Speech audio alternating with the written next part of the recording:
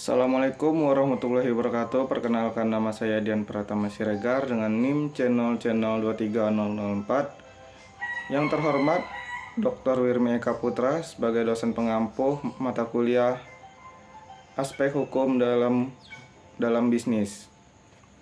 Di sini saya akan menyampaikan materi tentang hukum benda dan e-commerce. Hukum benda merupakan salah satu aspek penting dalam hukum pendata yang mengatur hak-hak kepemilikan serta hubungan hukum antara subjek hukum dengan benda.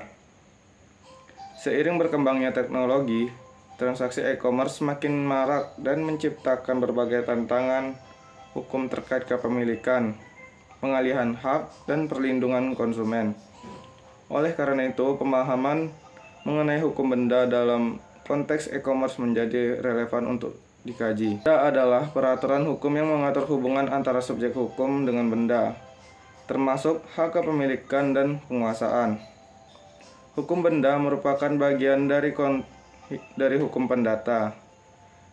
Benda dalam konteks hukum pendata adalah segala sesuatu yang dapat diberikan atau diletakkan suatu hak di atasnya, utamanya yang berupa hak milik. Dengan demikian, dapat memiliki sesuatu hak tersebut adalah subjek hukum, sedangkan sesuatu yang dibebani hak itu adalah objek hukum. E-commerce adalah semua kegiatan perdagangan yang dilakukan melalui media elektronik untuk televisi dan telepon tersedia, tetapi lebih banyak e-commerce terjadi melalui internet. Klasifikasi benda. Klasifikasi yang dipaparkan oleh Subakti sebagai berikut. Yang pertama, benda yang dapat diganti dan tidak dapat diganti. Yang kedua, benda yang dapat diperdagangkan dan benda yang tidak dapat diperdagangkan. Yang ketiga, benda yang dapat dibagi dan tidak dapat dibagi. Yang keempat, benda yang bergerak dan tidak bergerak. Macam-macam kebendaan.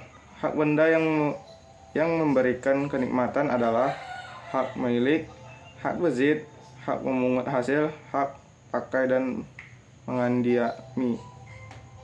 Hak kebendaan yang bersifat memberikan jaminan adalah gadai, fidusia, hipotek, hak tanggungan, sistem resi gudang. Jenis-jenis e-commerce. Business to business atau B2B adalah jenis e-commerce di mana suatu perusahaan menjual produk atau layanan ke perusahaan lain. Business to customer atau B2C. Dalam jenis e-commerce ini merupakan perusahaan menjual produk atau layanan kepada konsumen. Secara umum, pelanggan e-commerce B2C hanya terlibat dalam aturan retail. Yang ketiga, antar konsumen C2C adalah. Yang keempat, customer to business atau C2B. Yang kelima, business to government atau B2A. Manfaat e-commerce.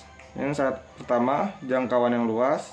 Yang kedua, unlimited hours atau tidak dibatasi oleh waktu. Yang ketiga, biaya rendah. Yang keempat, tidak perlu stok barang tersedia. Yang kelima, memproses transaksi dan pengiriman dengan mudah. Yang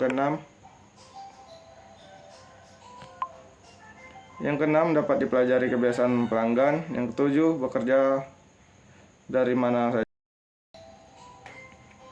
Permasalahan hukum benda dalam e-commerce. Yang pertama itu kepemilikan, pengalihan hak. Dalam transaksi e-commerce, kepemilikan barang sering terjadi tidak jelas, terutama jika terjadi disput antara penjual dan pembeli terkait pengiriman dan penerimaan barang. Perbedaan antara hak kepemilikan fisik dan hak kepemilikan digital menimbulkan tantangan hukum tersendiri. Yang kedua, keabsahan transaksi dan perlindungan konsumen. Yang pertama itu kurangnya regulasi khusus mengenai kontrak elektronik yang sah dalam e-commerce. Sering terjadi menyebabkan sengketa.